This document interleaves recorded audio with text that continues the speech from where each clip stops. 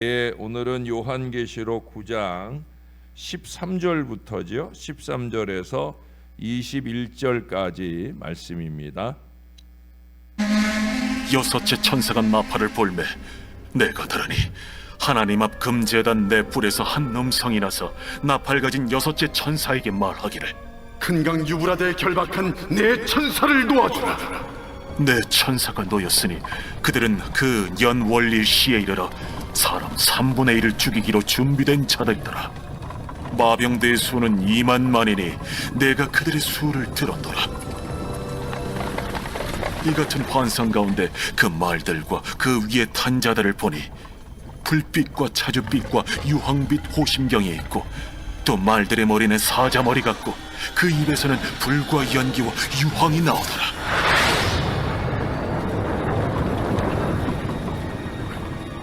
이 세 재앙 곧 자기들의 입에서 나오는 불과 연기와 유황으로 말미암아 사람 3분의 1이 죽임을 당하니라. 이 말들의 힘은 입과 꼬리에 있으니 꼬리는 뱀 같고 또 꼬리에 머리가 있어 이것으로 해하더라.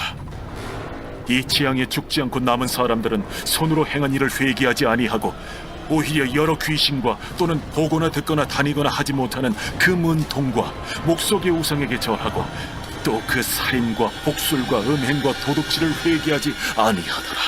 아멘. 김육도 목사님이라고 다 아실 거예요. 이분은 아주 깡패 중에 아주 고약한 깡패였어요.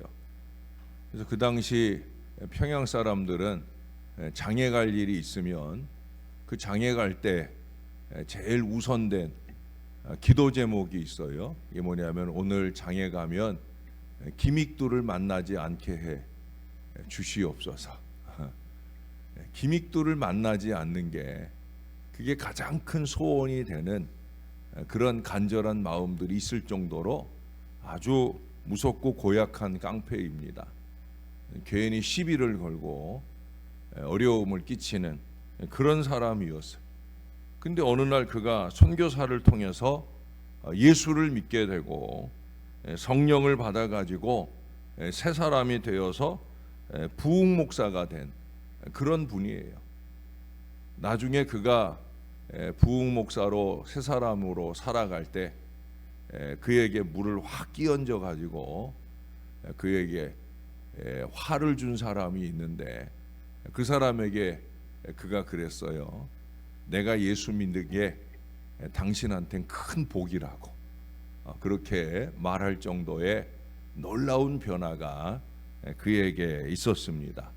아무리 고약한 인간이라 할지라도 예수님을 제대로 만나면 이처럼 돌연변이가 되고 아주 상상하지 못할 사람으로 변화가 되는 겁니다. 김일성도 어떻게 보면 돌연변이죠.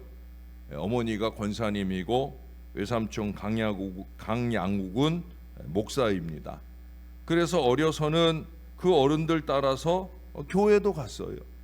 그런데 김일성은 공산주의자가 되어서 세계적으로 가장 악질적인 공산주의 독재 정치를 했던 겁니다. 어떻게 그럴 수가 있을까? 교회는 다녔어도 주님을 만나지 못했기 때문이죠.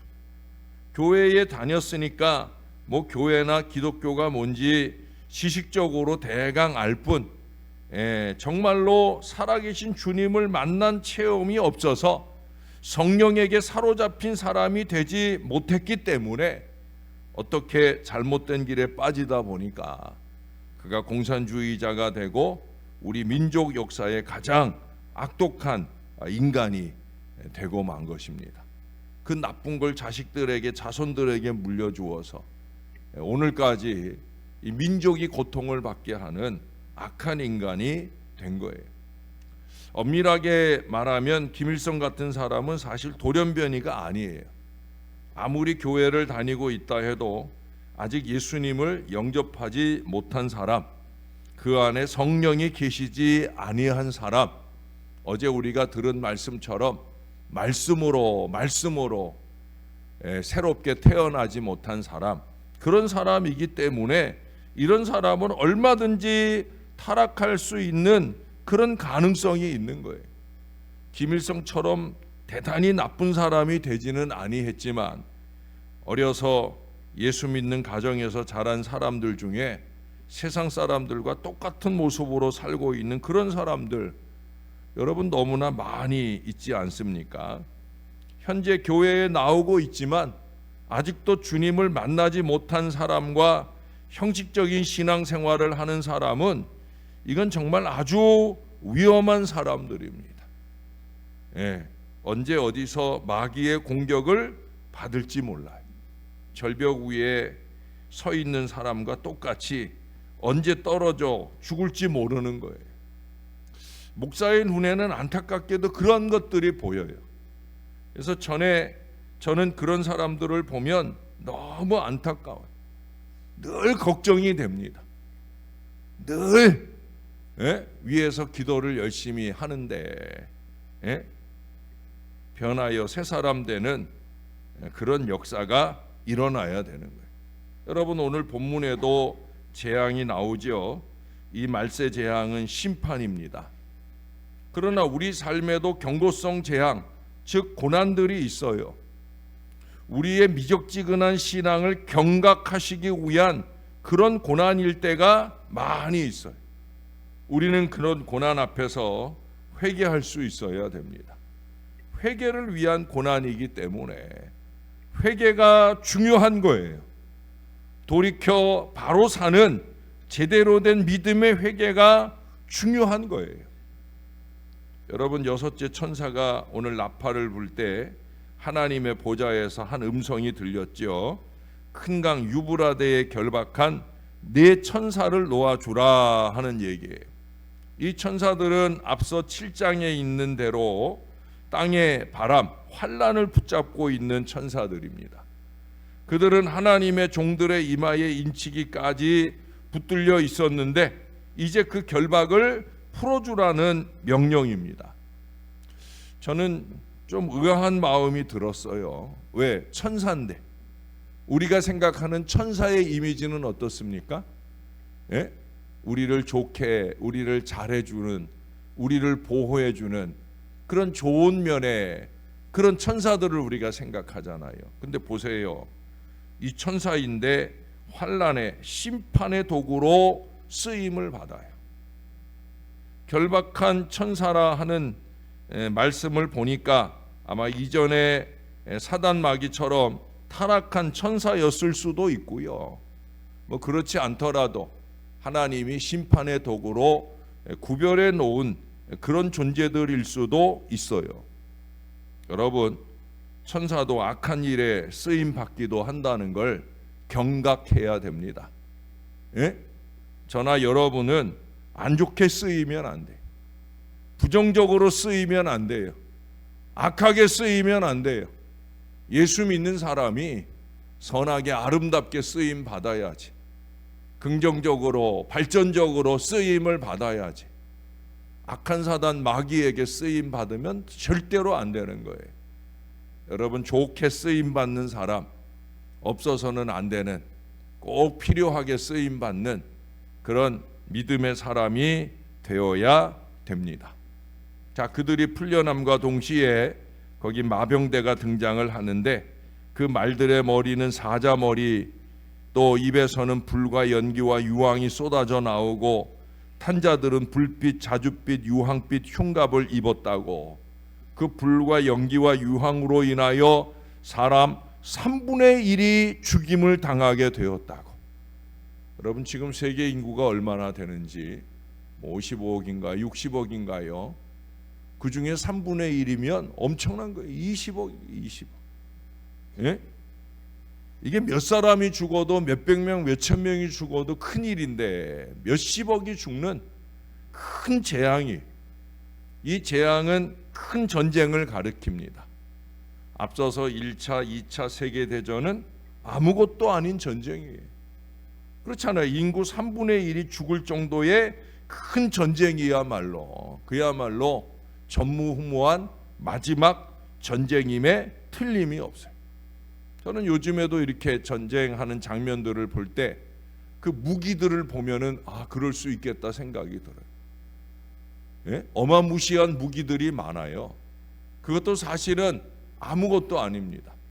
얼마 전에 제가 한번 뭐 좀 됐는데 이렇게 이란 이렇게 저 뉴스를 보니까 어떤 사람이 지하 벙커에 이렇게 숨어 있으면 그 벙커가 아주 몇 층 지하 몇 층 밑에 이렇게 숨어 있는데 어떻게 무기가 정교한지 첫 번째 폭탄이 한번 쏘면 구멍이 뚫릴 거 아니에요? 그 구멍으로 정확하게 두 번째 보통 이렇게 포를 쏘면은 한 번 쏠 때마다 이게 조금 밀리거든요. 그래서 포탄이 떨어진 자리, 옛날 전쟁에는 포탄이 떨어지면 그러면 그 떨어진 자리로 숨으면 그 다음에는 그곳에 포탄이 안 떨어졌거든요. 왜? 이게 포가 이렇게 밀리면서 조금씩 방향이 바뀌니까. 근데 지금은 안 그렇다는 거예요. 똑같은 그 자리에 계속해서 이어서 미사일이 떨어지면서 점점 구멍이 깊이 파여가지고 저 아주 깊은 곳에 숨어 있는 그런 악한 사람도 다 그 안에 들어가서 죽여버릴 수 있다는 거예요. 그리고 실제로 그런 일들이 지금 일어나고 있고요. 근데 그보다 더 무서운 게 있잖아요. 뭐예요? 핵이 있잖아요. 핵이. 여러분, 이 전쟁의 시기에 대하여는 알 수가 없지만 극히 큰 전쟁이라는 사실에 대해서는 누구도 의심을 하지 않아요. 정말 이 말씀대로겠다. 다 그렇게 생각을 합니다. 우리는 이 전쟁을 위해서도 늘 대비해야 합니다. 어떻게 대비하겠어요?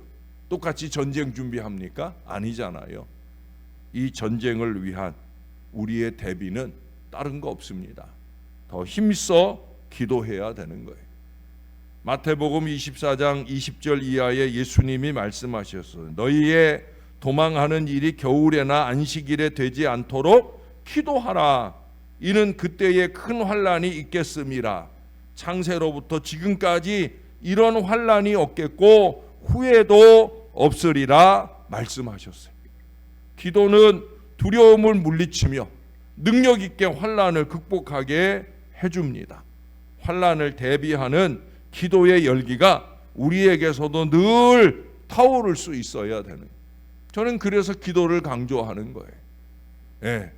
이 큰 환난만 아니라 각 개인과 가정 안에 임할 환난을 대비하는 기도, 그 환난 가운데서도 회개할 것을 회개하고 바로 살 것을 바로 살게 되는 이 대비를 위해서 기도해야 된다는 거예요. 근데 여기 보니까 문제는 거기 재앙에 죽지 않은 자들도 회개하지 않는다는 말씀을 적고 있어요. 그만큼 심령이 마비되고 강팍해져 있다는 거예요. 택함받지 못한 사람들은 아무리 큰 재난을 겪으면서도 회개하지 않아요. 제가 자주 말씀드리지만 회개하지 않는 게 사실은 가장 큰 재앙이에요. 아니, 그보다 더 큰 재앙은 뭐냐? 회개할 게 많은 인생인 주제에 그 지적질을 하며 사는 건 그거는 정말 더 큰 재앙입니다. 왜? 자기 눈에 들보는 보지 못하고 남의 눈에 티를 보고 그러면서 이러니 저러니 그런 사람이 언제 회개를 하겠어요? 회개 없어요. 회개 안 해요. 그것이 정말 재앙인 거죠. 여러분, 회개는 성령의 역사로 이루어지는 바 택함받은 사람들만이 할 수 있는 거예요. 그러므로 죄를 깨닫고 눈물로 회개하는 건 그건 큰 은혜요 복인 것을 기억하고 감사해야 됩니다. 눈물 잠깐 흘린 형식적인 회개 이상으로 삶이 변하여 새 사람 되는 그 회개가 이루어져야 되는 거예요. 그게 진짜 회개인 거예요. 여러분, 그건 나의 감사로 끝나지 않죠. 함께 사는 사람, 가족과 교우들이 아마 더 감사할 거예요. 그렇죠? 안 그럴 것 같아요? 생각해 보세요. 내가 변하여 새 사람이 되면, 내가 정말 회개를 제대로 해서 내가 변화되면 내가 행복한 것만 아니라 나와 함께 사는 사람들이 행복할 거 아니에요. 그 사람들이 더 감사하겠죠. 내가 회개하고 눈물을 흘리며 하나님께 감사하는 것도 중요하지만 나랑 함께 사는 사람, 가족이나 교우들이, 목회자들이 감사할 수 있는 그런 회개의 역사가 우리 가운데 일어나야 된다는 거예요. 왜 그래요? 여기 20절 이하에 남은 자들이 회개는 고사하고 오히려 더 큰 죄를 범한다고 그러잖아요. 우상에게 절한다 합니다. 우상이라는 게 꼭 뭐 부처상이나 또 뭐 세상 사람들이 이렇게 우상으로 만들어 놓은 것만이 우상이 아니에요. 하나님을 하나님으로 영화롭게 하지 못하고 살아가는 모든 일들이 우상이 될 수 있어요. 자기가 우상이 된 사람도 오늘날 너무 많아요. 제가 그래서 오죽하면 계속 설교 속에서 자기 이름 드러내지 마라, 자기 얼굴 드러내지 마라, 자꾸 이 말을 하겠어요? 자기가 우상이 되어 있는 사람들이 많다는 거예요. 그런 사람들은 교회 안에 많아요. 여러분, 말세에는 이런 우상 섬기는 일이 더욱 성할 것이라 말씀합니다. 살인이나 복술이나 음행이나 도적질, 하나님 것을 도적질하고도 아무렇지도 않게 사는 사람들이 많이 있다는 거예요. 이런 부도덕하고 비윤리적인 일들이 말세에는 더욱더 성하게 될 것을 오늘 보여줍니다. 사랑하는 여러분, 우리는 이런 환경 가운데서도 오늘 회개 오늘 하며, 뭐라고요? 오늘 회개 오늘 하며 우리의 흰옷을 더럽히지 말도록 노력해야 됩니다. 어떻게? 말씀과 기도 생활에 더 노력하며 더욱 거룩한 삶으로 우리 하나님께 온전한 영광을 돌리며 영원한 천국을 제대로 소망하며 사는 저와 여러분들이 꼭 될 수 있기를 우리의 구주 되시는 예수님 이름으로 간절히 축원합니다. 기도하겠습니다. 하나님 아버지, 너무나 회개할 줄 모르는 세대를 살아갑니다. 심지어 남들의 눈물의 회개까지 비웃고 힐난하는 악한 인생들이 많은 시대를 살아가기도 합니다. 내가 변하여 새 사람 되면 나와 함께하는 가족과 교우들이 행복해지는데 좀처럼 그 모습을 말씀을 통해 이뤄가지 못하는 안타까운 인생들이 판을 치는 세상을 살아가고 있습니다. 내가 하나님 것을 도적질해 먹고 사는 줄도 모르고 그저 뉴스에 나오는 도둑질, 강도질만 그렇게 악한 것인 줄로 착각을 하고 사는 인생들이 얼마나 많은 줄 모릅니다. 하나님 아버지, 하나님의 말씀을 들을 때마다 차분한 마음으로, 온유한 마음으로 말씀을 받을 줄도 모르고 또 들려지는 말씀을 삶으로 실천하며 고아와 가부를 돌보는 제대로 된 경건의 역사를 이루지 못하며 사는 사람들이 얼마나 많은지 모릅니다. 가장 큰 문제는 회개하지 않은 가운데 끊임없이 자기가 우상이 되고 자식이 우상이 되고 재물이 우상이 되어 그런 것들 연연하느라 하나님의 말씀대로 살지 못하는 안타까운 모습들이 우리 안에 넘쳐나고 있습니다. 말세의 징조입니다. 정신을 바짝 차리게 도와주시고 하나님, 우리가 아직 부족하지만 더 회개하고 더 변화되어서 성령으로 우리를 새롭게 지져주셔서 그래서 주님이 원하는 주님의 말씀대로의 거룩한 역사가 우리 안에 넘쳐나게 도와주옵소서. 더 말씀을 붙들고 말씀에 의지한 믿음의 기도로 날마다 때마다 변화되는 거룩한 심령들이 되게 하셔서 그런 우리가 가 머무는 자리, 거기가 행복한 주의 천국이 될 수 있도록 역사를 더하여 주옵소서. 우리가 이 땅의 생에 마치면 천국 갑니다. 이 분명한 신앙으로 그저 몸살이고 삶을 아끼며 살지 말게 도와주시고 더욱더 열심내서 예수 잘 믿고 예수 잘 전하며 사는 우리의 삶이 되게 도와주옵소서. 주간 중에 비가 많이 온다 하는데 하나님 아버지, 오고 가는 주의 백성들의 걸음을 안전하게 잘 지켜주시고 하나님 이 땅의 비 피해로 인해 또 다른 어려움 만나지 않도록 주님께서 이 나라를 긍휼히 여겨 주옵소서. 오늘 병원에 입원하여 더 자세한 검사를 받아야 할 여종이 있습니다. 주님 꼭 붙들어 주시고 이전 병원에서 받은 판단이 틀린 판단으로 결과가 나오면 너무 좋겠습니다. 검사가 잘 진행되게 하시고 할 수 있으면 그렇게, 그리 아니하실지라도 온전한 치유의 기회가 주님의 손안에서 잘 열리게 도와 주시옵소서. 방사선 치료받으며 항암 치료받으며 애쓰고 있는 주의 자녀들이 많습니다. 이 한 주간 동안에도 능력 있는 손길로 꼭 붙들어 주셔서 여호와 라파 치유의 은혜가 강력하게 임할 수 있도록 은혜 베풀어 주시옵소서. 우리 하나님, 우리의 기도가 더 간절하기를 원하나이다. 입술의 기도가 아니라 삶의 기도로 우리 자식들에게 보여지게 도와주시고, 저들이 어머니 아버지의 기도 못 잊어 주님의 존전으로 오는 위대한 역사가 많이 일어나도록 우리의 가문들을 지켜 주시옵소서. 우리의 구주 되시는 예수님의 이름으로 감사하며 기도하옵나이다. 아멘.